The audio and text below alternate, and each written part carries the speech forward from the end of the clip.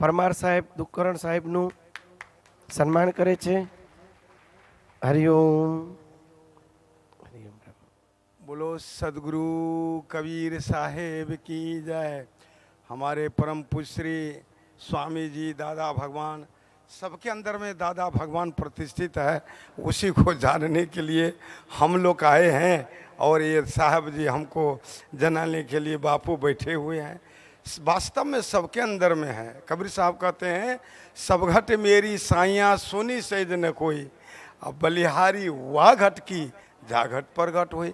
पानी सर्वत्र है, लेकिन जहाँ बोरिंग दसाएंगे वहीं पानी होएगा। तो सभी अंतःकर सभी के हृदय में हृदय देश से तिष्ठति परमात्मा। आप बापू तो देखिए, हम लोगों का आदमी का शरीर जो है बाद में शरीर पक जाता है, बुढ़ा हो जाता है, लेकिन आदमी का चित्त नहीं पकता है। अज्ञानी आदमी का बाद में शरीर तो पक जाता है, बुढ़ा हो जाता है, मर जाता है, लेकिन चित्त नहीं पकता है। लेकिन संतों का पहले चित्त पक जाता है, बाद में शरीर पकता है। तो ऐसे ही हमारे बापू का जस कथनी तस करनी, जस चुंबक तस ज्ञान, कहीं कबीर चुंबक बना बिना क्यों जीते संग्राम। जैसा कहता वैसा करता है कि नहीं।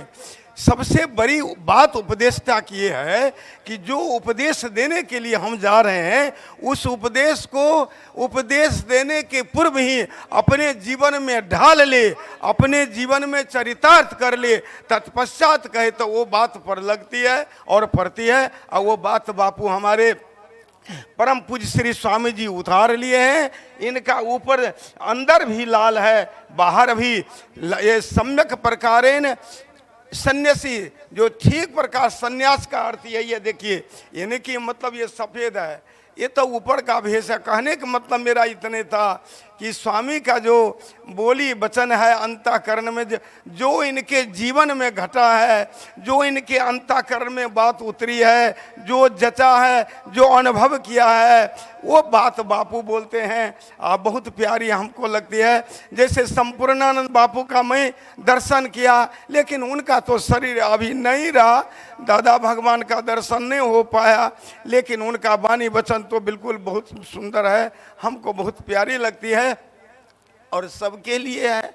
तो मैं क्या कहूँ, बापू का ही वचन हम लोग श्रवण करने आए हैं, सुनेंगे।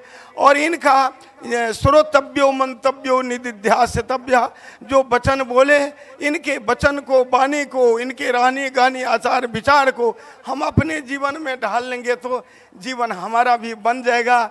नहीं तो आए और चले गए। इसलिए मैं हमारे विचार से अपनी वाणी को यहीं विराम देता हूँ। बापू का आदेश हुआ, 1 मिनट बोलना से ज़्यादा हो गया। सभी के हृदय में रहा हुआ परमात्मा चैतन्यात्मा को मेरा नमस्कार। साहिब बन गई। ખૂબ સુંદર દુકરણ સાહેબે સુંદર આપને અત્યારે સત્સંગ કર્યો. હવે નરેશભાઈ પંડ્યા સ્વામીજીનું આજે પૂજન કરવા માગે છે.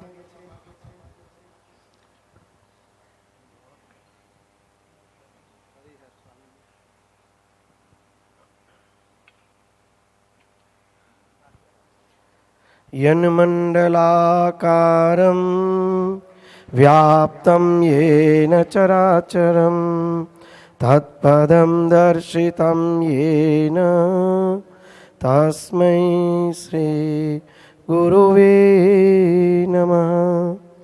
ओम हरि ओम. હવે દીપકભાઈ જાદવ સ્વામીજીનું પૂજન કરે છે. ગુરુર બ્રહ્મા ગુરુર્વિષ્ણુ ગુરુર્દેવો મહેશ્વરા ગુરુર સાક્ષાત પરબ્રહ્મ તસ્मै શ્રી ગુરુવે નમઃ.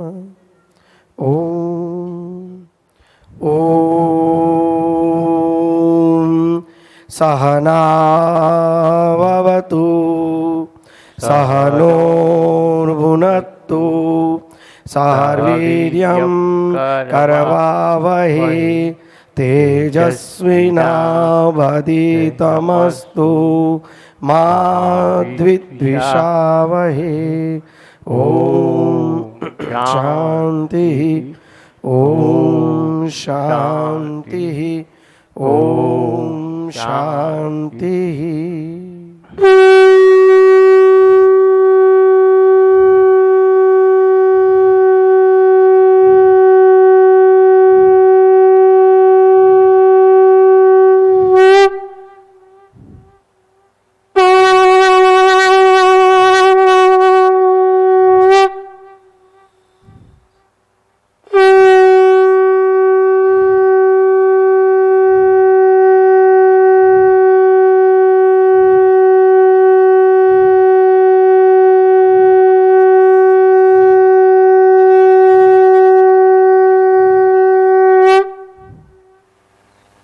આજે આપણે અષ્ટાવક્ર ગીતામાં જનક રાજાને જે બ્રહ્મ જ્ઞાન થયું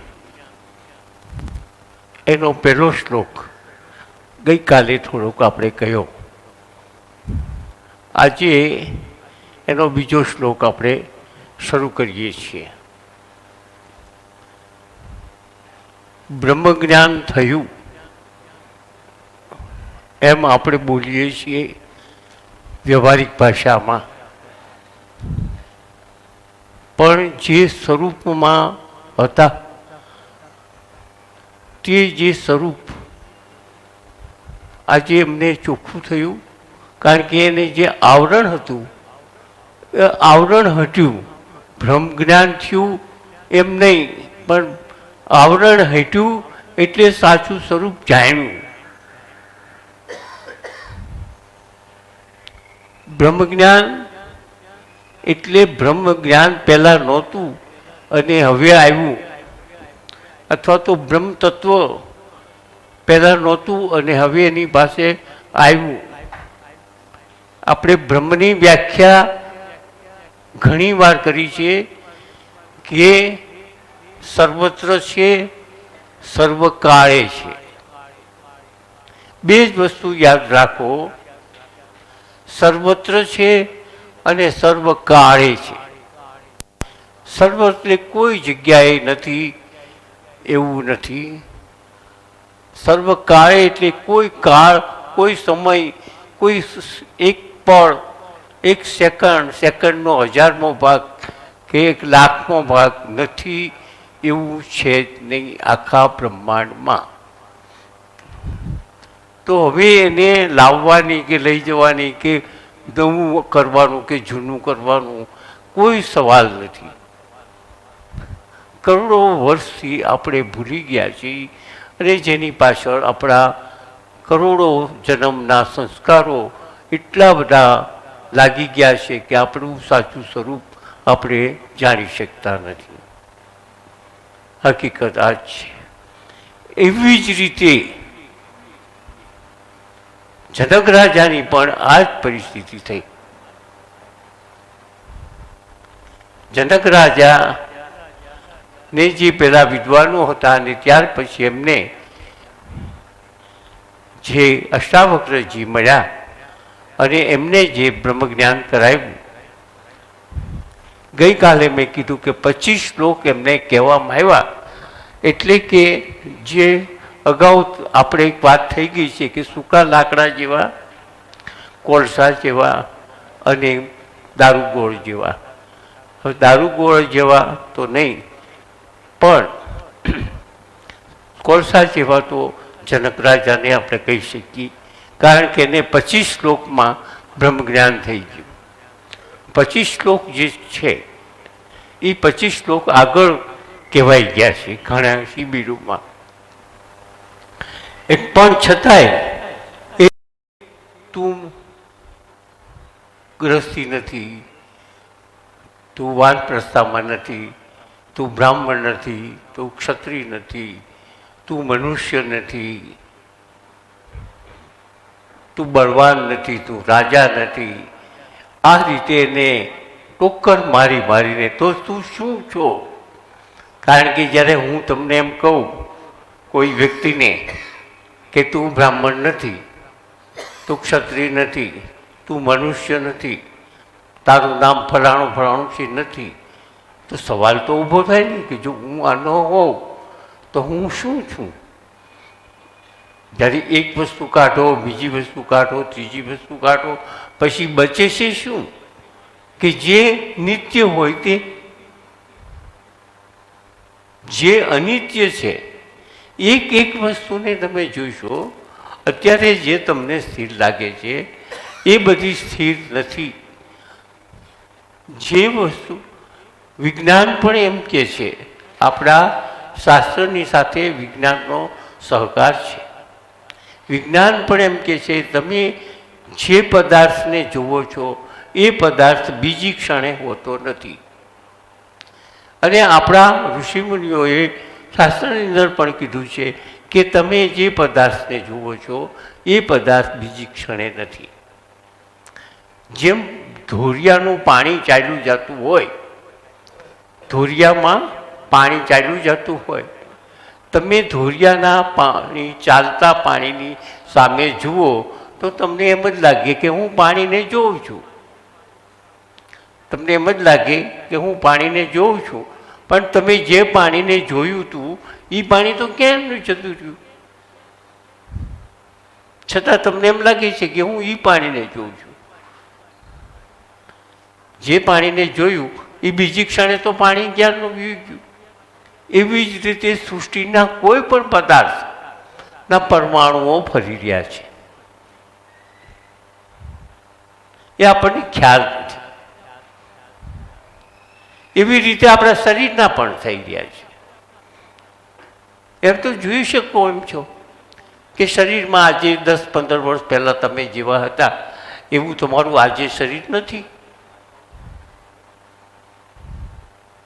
તો આ પાછળ બધું નાશ થઈ રહ્યું છે.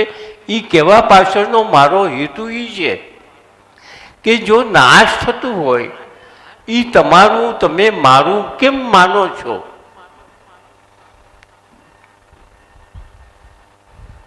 અને એ જે માનો કે આ ટેબલ નાશ થવાનું છે, આ નાશ થવાનું છે, આ શરીર નાશ થવાનું છે, આમાંથી કોઈ બધી વસ્તુ નાશ થવાની છે, તો મારે એને મારું કેમ માનવું?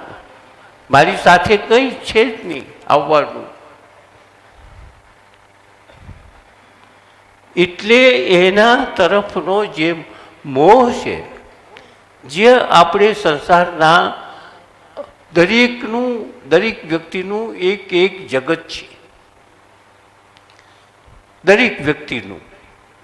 અને દરેક વ્યક્તિનું એટલે દરેક વ્યક્તિનું આ અમારું ઘર છે, આ અમારો ધંધો છે, આટલા અમારા ધંધાના ભાઈઓ બહેનો છે, આટલા અમારા સગાવાલાઓ છે, એક એનું વર્તુળ. એવું દરેકનું જગત નાનું હોય મોટું હોય, પણ દરેક વ્યક્તિનું એક જગત છે સ્વતંત્ર. એ જગત તમારું કાયમી નથી. એ જગતની અંદર કેટલાય ઉથલ પાથલો થાય છે, કેટલાય જાય છે, આવે છે. અને છેવટે તમે પણ જેને તમે શરીર માનીને બેઠા છો એ પણ તમને તમારું રહેવાનું નથી. તમારે એ છોડવું પડશે. શરીર છોડતું નથી. તમારે એ શરીર એવું થઈ જશે એક વખત કે જે તમને નકામું. જ્યારે શરીર નકામું થઈ જશે, તમને સાથ નહીં આપે, ત્યારે તમારે છોડવું જ પડશે. અને એ જે છોડે છે એ આ સૂક્ષ્મ શરીર. એ એટલું બધું સૂક્ષ્મ છે, નથી એવું તો નથી જ. અત્યારે સંચાલન કરે છે આ શરીરમાં, અત્યારે આ સંચાલન કરે છે તમારા શરીરમાં. ઈવડું આ સૂક્ષ્મ શરીર સાંભળે છે બધા. એટલે છે તો ખરું, પણ અતિ સૂક્ષ્મ છે, અતિ સૂક્ષ્મ છે. એટલે આપણી આંખની મર્યાદા, જે સૂક્ષ્મ તત્વ જોવાની જે છે એ મર્યાદાથી બહાર છે. એટલે આપણે એને જોઈ શકતા નથી. અને જાય છે, આવે છે, એ તો આપણે અનુભવીએ છીએ. અને એક વાત હવે થઈ ગઈ છે કે આપણે જે આ શરીર છે એ નિર્દોષ છે અને આને ફરવાનું છે. આ જ્યાં સુધી આની અંદર જે નીચે આપણે લખ્યું હતું કે સંચિત કર્મ, કરોડો જન્મના શુભ અને અશુભ સંચિત કર્મો આપણી સાથે છે.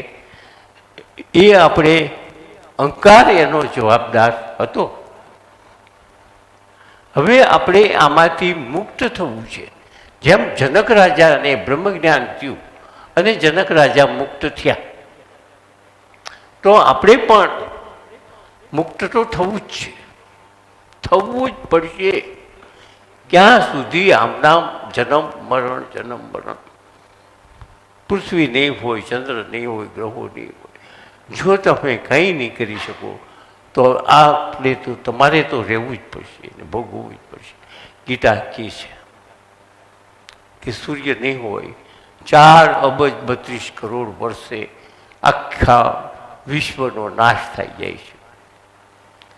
સૂર્ય નહીં હોય, ગ્રહો નહીં હોય, નક્ષત્રો નહીં હોય, પૃથ્વી નહીં હોય, પાણી નહીં હોય, કાંઈ નહીં હોય, ત્યારે એક રાયના બીજ જેવો એ જીવ બધા સંસ્કારો સાથે કરોડો જન્મો અંધકારમાં પડ્યો રહે છે. 4 અબજ 32 કરોડ વર્ષ આ જીવ રાયના દાણા જેવો અંધકારમાં પડ્યો રહે છે. પછી પાછું નવું શરીર, નવું જ્યારે સૃષ્ટિનું સર્જન થાય ત્યારે પાછો નવો શરીર એને કર્મો એના ચાલુ થાય. આ અહંકારને જે એક પાટિયામાં એક કપડાથી ભૂસી નાખ્યો એમ એટલો સહેલો નથી.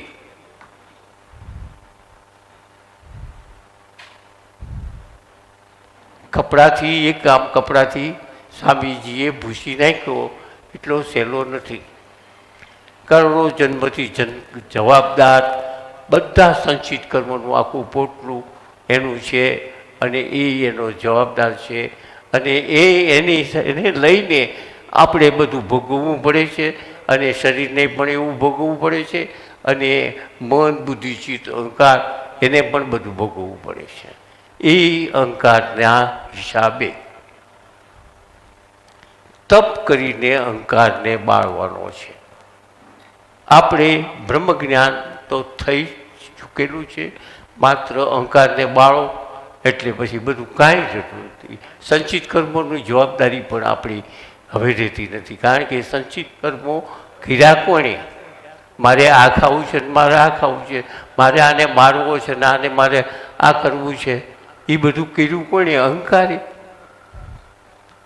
તો અહંકાર એક. અને બીજું કે અહંકાર જે છે એક શાસ્ત્ર સંમત છે કે જે આવે છે એ જાય છે.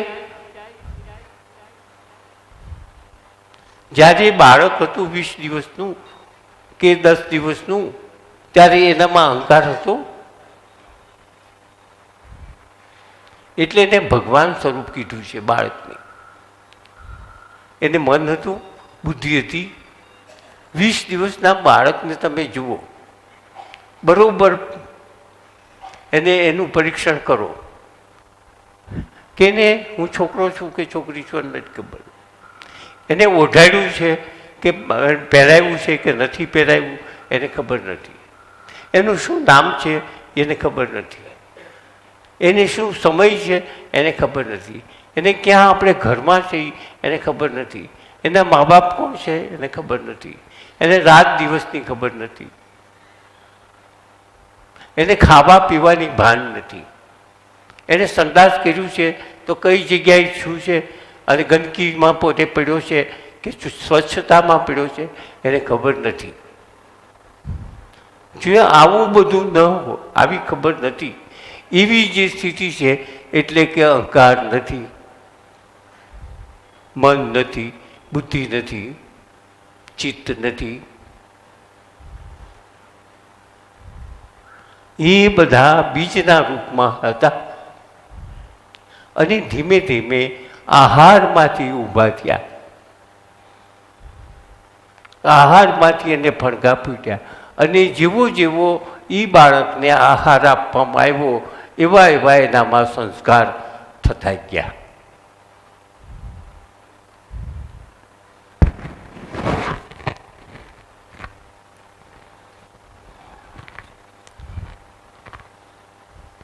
એટલે કહેવાનો મતલબ મારો એ છે કે પછી અહંકાર આવ્યો, પછી એને ખબર પડી કે મારું નામ આ છે, હું તો આનો ભાઈ છું, આ મારી મા છે, આ મારો બાપ છે. એ જેમ એણે ખોરાક ખાતો, માનું દૂધ પીધું, દૂધ એ એનો આહાર છે, અને પછી ધીમે ધીમે ખોરાક ખાવા માંડ્યો. એટલે એનામાં પછી અહંકાર ને મન બુદ્ધિ ચિત્ત ને બધું વિકાસ થયો. અને આ વિકાસ થયા પછી કર્મો ચાલુ થઈ ગયા. સંચિત કર્મો તો હારી લઈને જ આવ્યો છે, અને નવા કર્મો પાછા ચાલુ થયા. એટલે હું તમને એમ કહું છું કે અહંકાર જો આવેલો છે તો એને મારી શકાય, બહારથી ઊભો થયેલો છે. પણ આપણે એ તૈયારી નથી. કારણ કે અત્યારે જે વર્તમાનમાં જે આપણું જગત છે એ જગત છોડવા તૈયાર નથી, એમાં ફસાઈ ગયેલા છે.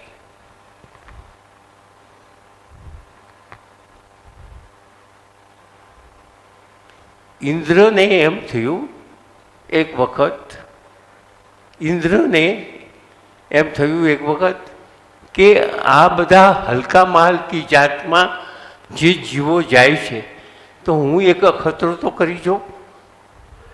કે હલકા માલકી જાતમાં મોહ કેવો હોય છે. એટલે ઇન્દ્રાસન છોડી અને એક ભૂંડડીના શરીરમાં દાખલ થઈ ગયા. અને એ ભૂંડડીમાંથી 10-15 બચ્ચા નીકળ્યા. એમાં એક બચ્ચું એ ઇન્દ્ર રાજા એ બચ્ચામાં હતા. ધીમે ધીમે બચ્ચું મોટું થયું, અને બચ્ચું મોટું થતા મોટો ભૂંડડો થઈ ગયો. અને પછી તો ભૂંડડી આવીને એને પાછા થોડાક ચકા બચ્ચા થયા, અને એનો એક વિસ્તાર આપણે કચરામાં ગંદકીમાં ગટરમાં ફરવા માંડ્યો. મોજ થઈ ગઈ ભૂંડડાને. તો ઉપર સ્વર્ગની અંદર દેવોને થયું કે આપણા ઇન્દ્ર રાજા ક્યાંય ગયા, આપણા ઇન્દ્ર રાજા ક્યાંય ગયા, ગોતો ગોતો ગોતો.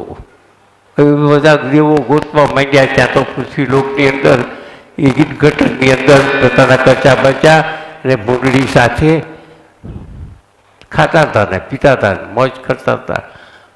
દેવો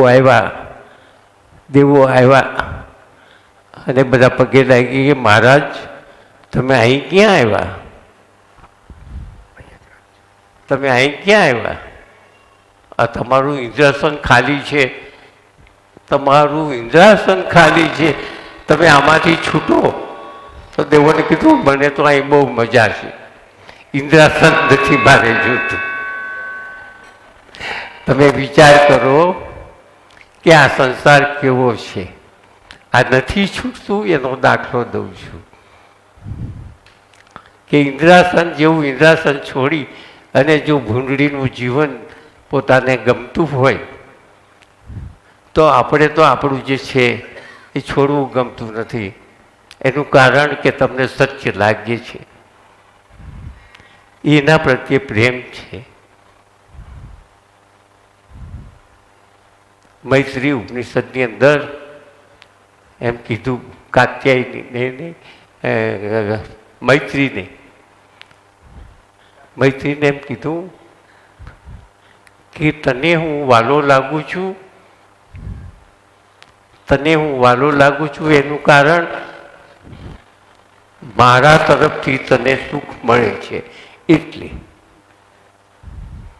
અને તું મને વાલી લાગસ એનું કારણ તારા તરફથી મને સુખ મળે છે એટલે.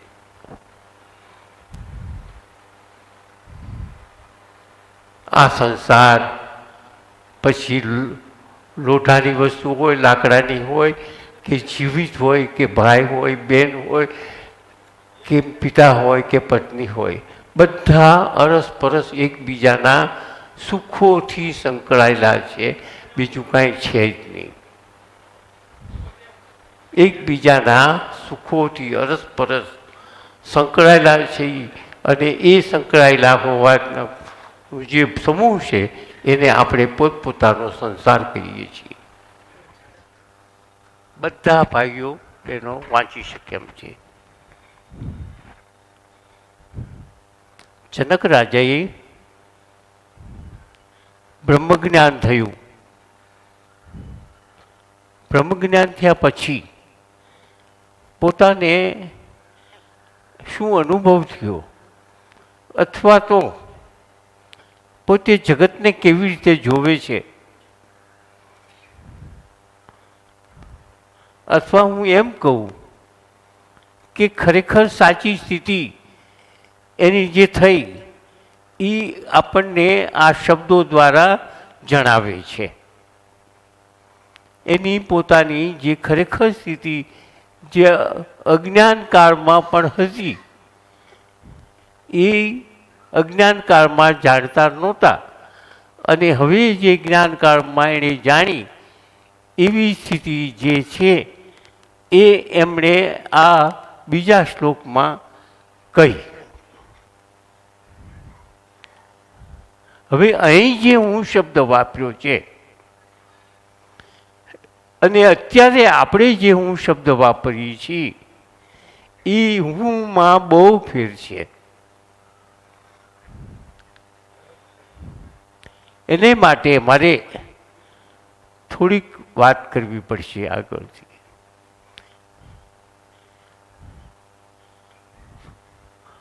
મનુષ્યમાં કોઈ પણ વ્યક્તિ હોય, સ્ત્રી હોય કે પુરુષ હોય, એ બ્રહ્મજ્ઞાનને અધિકારી છે. જન્મ જ્યારે એનો થાય છે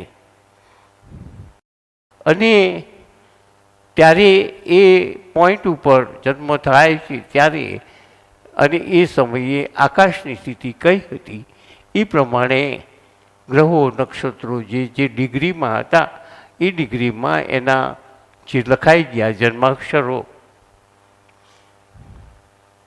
કે આટલા અઢી વર્ષનું એને શનિની દશા છે ને પછી શુક્રની દશા છે ને આ છે તે છે એ બધા શેડ્યુલ માનો કે આખું ગોઠવતા બધાનો સરવાળો કરતાં 80 વર્ષ થાય છે તો 80 વર્ષ એને એની આયુષ થઈ ગઈ. હવે એના જે સંચિત કર્મોનો જે જથ્થો છે એમાંથી અમુક ભાગ એમાંથી ઇસ્યુ થયો અને એના શુભ કર્મોમાં અશુભ કર્મો, એના શનિમાં અશુભ કર્મો ગોઠવાઈ ગયા, શુભ કર્મો શુક્રમાં ગોઠવાઈ ગયા, બુધમાં ગોઠવાઈ ગયા. એમ એના જે સંચિત કર્મો હતા એમાંથી એક ભાગ એમાંથી લઈ અને આમાં ગોઠવાઈ ગયો. પરંતુ એનું ઠેઠ સુધી 80 વર્ષ સુધીમાં, હવે 80 વર્ષ સુધીની અંદર એને જે માનો કે હવે એને શુક્રની દશા છે, ત્યાર પછી એને શનિની દશા આવે છે, ત્યાર પછી એને રાહુની દશામાં આવે છે, છેલ્લે અને રાહુમાં એનું શરીર છૂટી જાય છે. આ એક મનુષ્ય સ્ત્રી પુરુષનું ઘડતર થઈ ગયું, ગોઠવાઈ ગયું જન્મથી મૃત્યુ સુધી. એની અંદર મોક્ષ મળશે એ ભવિષ્યમાં આમાં ક્યાંય છે નહીં. મુક્તિ મળશે કે એને બ્રહ્મજ્ઞાન થશે એ એમાં નથી. હોશિયાર છે, બુદ્ધિશાળી થશે, ખૂબ ભક્તિ કરશે, ખૂબ મોટો વેપારી થશે, મોટો ડૉક્ટર થશે, એવું બધું છે. કારણ ધર્મ, અર્થ, કામ અને મોક્ષ, ધર્મ, અર્થ, કામ અને મોક્ષ પુરુષાર્થથી મેળવવાના છે. પુરુષાર્થથી મેળવવાના છે. અર્થ, ધર્મ આ બધા તમારે મોક્ષ માટે તમારે પુરુષાર્થ કરવો પડશે. પુરુષાર્થ કરવો પડશે. પુરુષાર્થ વગર તમને મોક્ષ શક્ય નથી.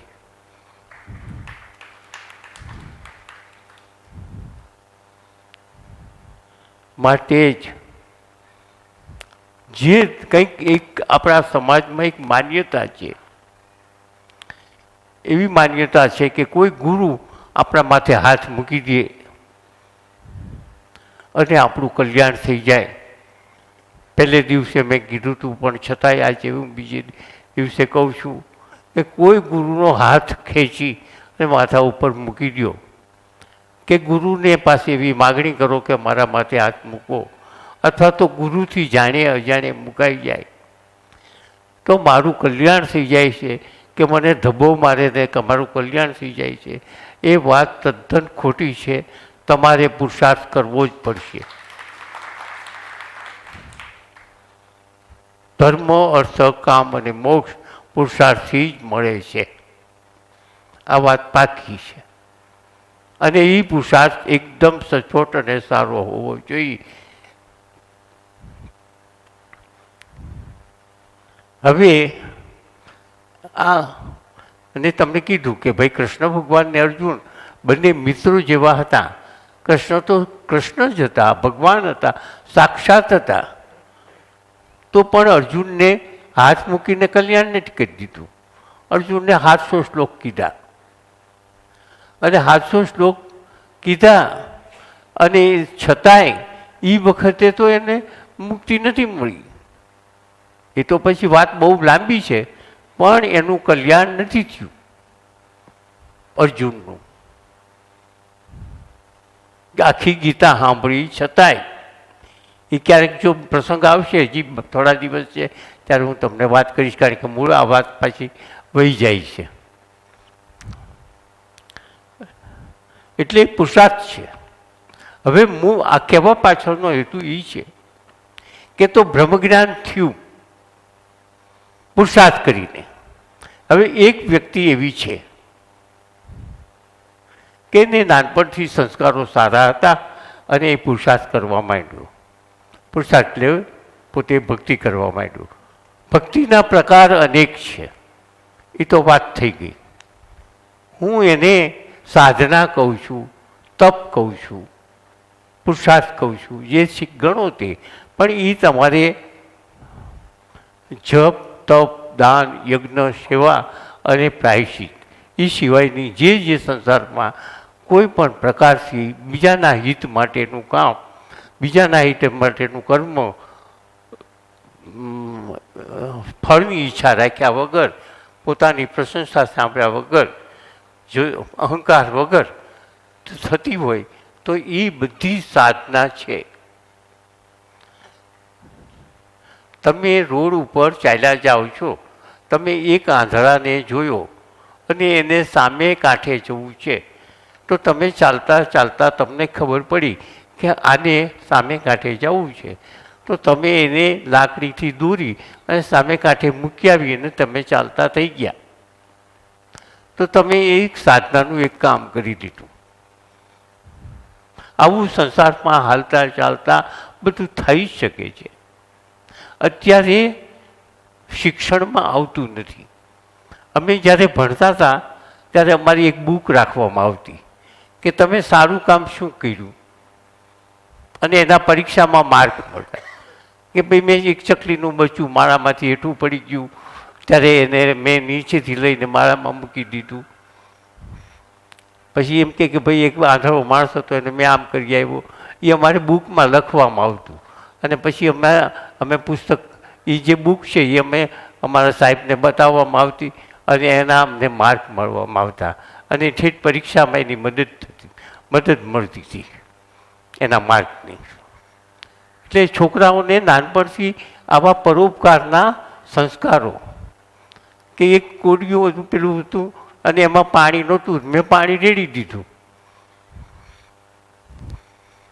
આવા છોકરાઓમાં મારે અમે ભણતા ત્યારે આવું અમારે આવતું હતું, અત્યારે નથી આવતું. હવે મૂળ વાત કે આવી રીતે કંઈક પણ છૂટું છવાયું અથવા એક ધારું કંઈક પણ બીજાના હિત માટે કામ થતું હોય તો એ સાધના છે. અને એ સાધના અંતમાં તમને ચિત્ત શુદ્ધિ કરે છે. અને ચિત્ત શુદ્ધિ એટલે હવે જે આપણે અગાઉ જોઈ ગયા કે જે અહંકાર છે એ અહંકારનો ધીમે ધીમે જોર ઓછું થતું જાય અને તમારા બુદ્ધિનું જોર વધતું જાય, એ સ્થિતિ આવવી એનું નામ ચિત્ત શુદ્ધિ. ચિત્ત શુદ્ધિ નહીં થાય ત્યાં સુધી આપણે હજી સંસારમાં નો રસ રહેશે. અને ચિત્ત શુદ્ધિ થયા પછી સંસાર તરફનો અભાવ આવશે. અભાવ આવવો એ જરૂરી છે. અત્યારે તમને એમ થાય કે ફલાણો મારો મરી ગયો તો આને રડવું નથી આવતું, પણ તમને જ્યારે વૈરાગ્ય આવશે, આ તો આપણે તો કેટલાય આપણા સગાવાલાઓને શમશાનમાં મૂકી આવ્યા, કેટલાયને બાળી આવ્યા, છતાં હજી આપણે એવા નહીં હોય, આપણને વૈરાગ્ય નથી આવતો. મરવાના છે એ તો મરવાના છે, એમાં કાંઈ ફેરફાર પડવાનો નથી. આપણે પણ મરવાના છીએ, આપણા સગાવાલાએ પણ મરવા, એવો મોહ છે નો. આ એક ઘટમાળ કરોડો વર્ષથી ચાલી આવે છે. એમાં આપણે મારો ભાઈ, મારો બેન ને મારું આ રોવું કકડવું ના એનાથી કાંઈ ફેરફાર થાવ, જે એક પ્રકૃતિના નિયમમાં કોઈ ફેરફાર કરી શક્યું નથી, કરવાનું નથી. જે ઘટમાળ છે એ ઘટી રહી છે. હવે વાત ક્યાં છે કે તમે સાધના કરતાં કરતાં તમે આગળ આવ્યા. આગળ આવતા આવતા તમને મોહ, સંસારનો મોહ ઘટતો ગયો અને ઘટતા ઘટતા ઘટતા તમારા એક સમય એવો આવ્યો કે તમે બ્રહ્મજ્ઞાન થયું. પુરુષાર્થથી બ્રહ્મજ્ઞાન થયું. બ્રહ્મજ્ઞાન એટલે હું, મારું સાચું સ્વરૂપ મને સમજાયું. બ્રહ્મજ્ઞાન થયું એટલે જગત શું છે, એમાં પરમ તત્વ શું છે, પ્રકૃતિ શું છે, અને પ્રકૃતિ શું છે અને પુરુષ એટલે કે પરમ તત્વ જે છે એ શું છે, એનું એક ભાન થાય છે બ્રહ્મજ્ઞાનમાં. એ જનક રાજાને પણ આ રીતે જ એમને એક ભાન થયું. હવે આપણે તો પ્રત્યક્ષ રીતે અરે અપરોક્ષ રીતે તો સાધના કર્યા વગર થઈ શકે એમ નથી, એ તો જાણીએ છીએ. પણ પરોક્ષ જ્ઞાન જો હોય તો થોડું ઘણું, પણ પરોક્ષ જ્ઞાન થવાથી એક બહુ લાલબત્તી છે કે તમને પરોક્ષ જ્ઞાન થયું તો ક્યારેય ફૂલાઈ જવું નહીં કે હું આ બ્રહ્મ જ્ઞાન મને થઈ ગયું છે અને હવે મારે હવે કાંઈ કરવાનું રહેતું નથી, બસ હું તો હવે બ્રહ્મ જ્ઞાન થઈ ગયું, હવે તો મને મોક્ષ મળી ગયો છે, એમ સમજવાનું નથી.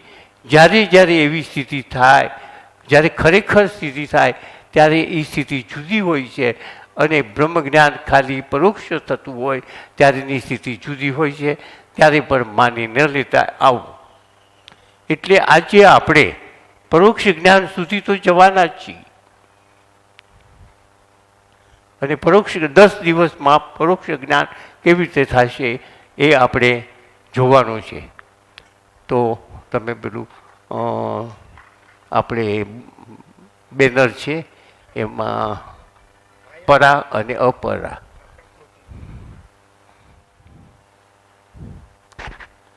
અર્જુનને 7મા અધ્યાયમાં પરા અને અપરાની પ્રકૃતિનું જ્ઞાન એટલે જગત શું છે અને પરમાત્મા શું છે, પ્રકૃતિ કોણ છે એનું જ્ઞાન જ્યાં સુધી નહીં થાય ત્યાં સુધી બ્રહ્મજ્ઞાન નહીં થાય.